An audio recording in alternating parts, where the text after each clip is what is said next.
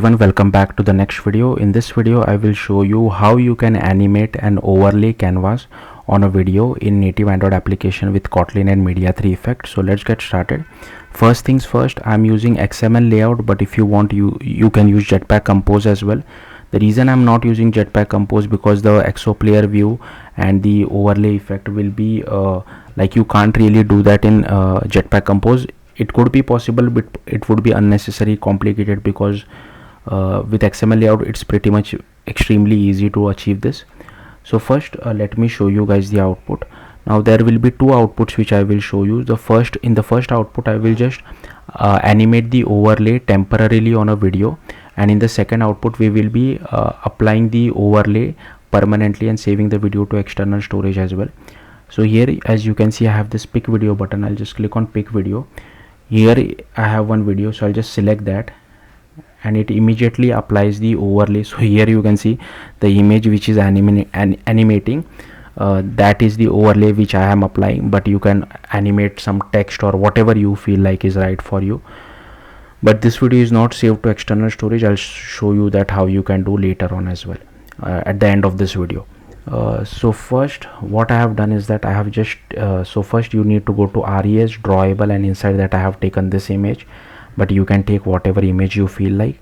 Then inside Gradle scripts I have this build.gradle, and again ignore these errors, like this is Android Studio not behaving properly, I guess, because these are not really errors. So yeah, here we have added this Media3 effect, then the Media3 transformer, Media3 common, Media3 UI, as well as Media3 XO player, and all are using the same version 1.8.0. so make sure you add all these dependencies over here, and then just click on sync now and it will download the dependencies for you.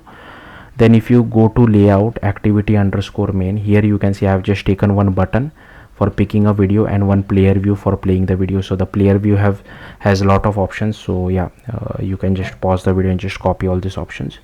Then coming back to this animated logo overlay, which is the method I have, which is a class which you need to create.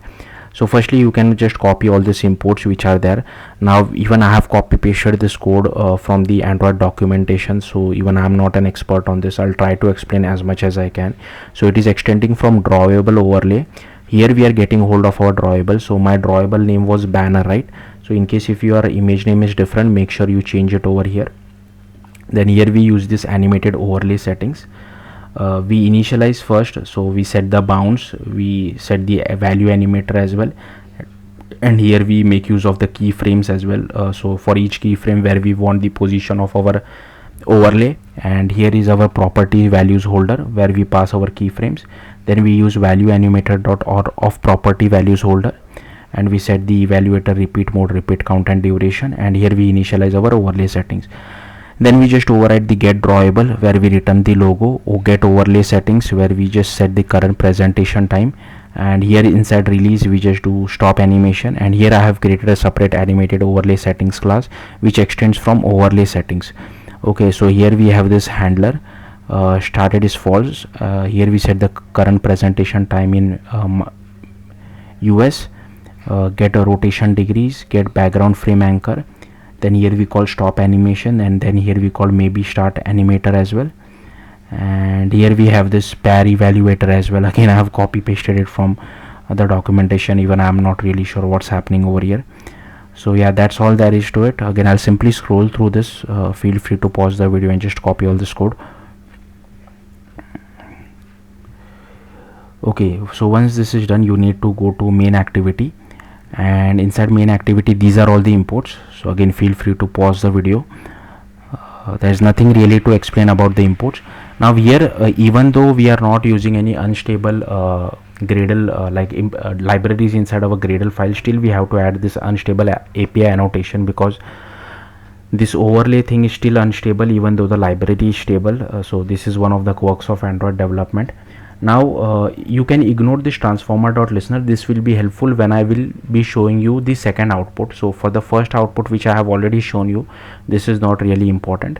Then here is our array list of effect. Here is our input player view. This is the file name, playback position is 0, play when ready is true. This is our transformer.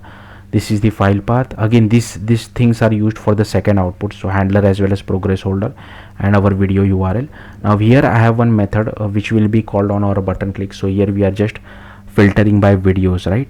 And once user selects a video, we get the video URI, we just assign it to our video URL variable.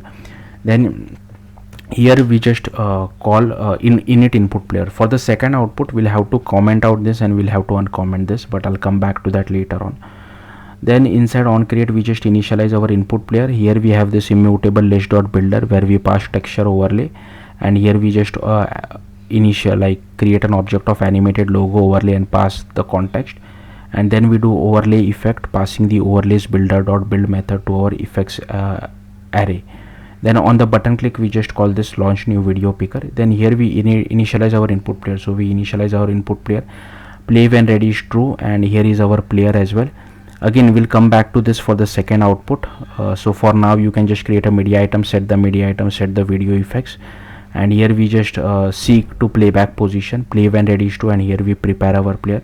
Then here we release our player, and same code has been called inside on stop and on destroy, and inside on pause we just pause our player. So yeah, that's it for the first output. Now all the code which I will show you now will be applicable only for the second output. So here is our setup transformer method where we call transform video. So here we first initialize our transformer with this listener where we had at the stop transformer dot listener, right, which helps us to override two methods, on completed as well as on error. Then here we initialize our input media item. Then here is our edited media item, okay, and here we pass the effects to it. Then here we create an external file as well. Then here we start the transformation by passing the edited media item as well as the absolute path. Then here we get hold of our progress holder. So here you can see this is the progress state and this is the actual progress of 0 to 100. So the progress state can be either 0, 1 and 2.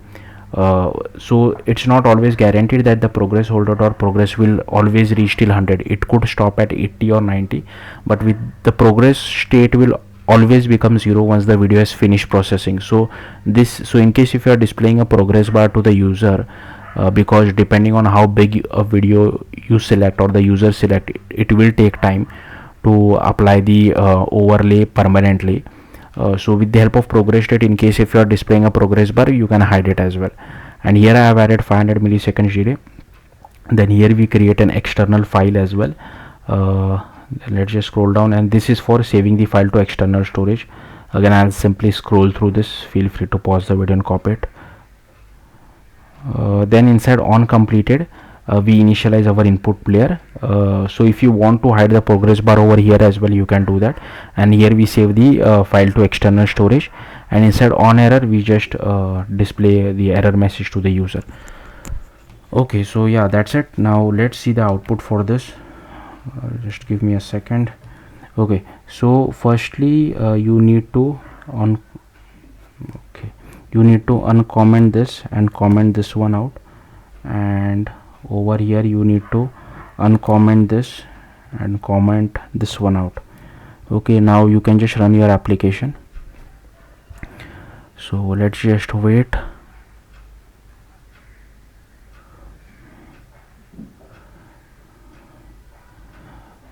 Okay, so here you can, okay, I'll just share my screen. So here you can see the output. So I'll just click on pick video. I'll just select this video. It is only 15 seconds long. Also, sorry, I forgot to show you the progress logs as well, right? So here you can see the progress logs which are getting printed, and here you can see, okay, so the output is same, so no big deal, but here you can see the progress didn't reach till 100, but here you can see the progress state became 0, so this is an indication for you. And if I click on pick video, there is another video which is saved. So the first video does contain our animated overlay. So yeah, that's it. If you want, I can just play this video again. So yeah, that's it. Okay, I don't know why I'm getting this transformation failed. Maybe I'll just see, because it does happen sometimes. It is a little bit buggy. I have not faced that issue a lot, but I'll just go to my files app just to see whether the video has been. So okay, so the video has been saved. So I don't know what that error message was. Maybe it just got confused. So yeah, that's it. Thank you for watching. Bye.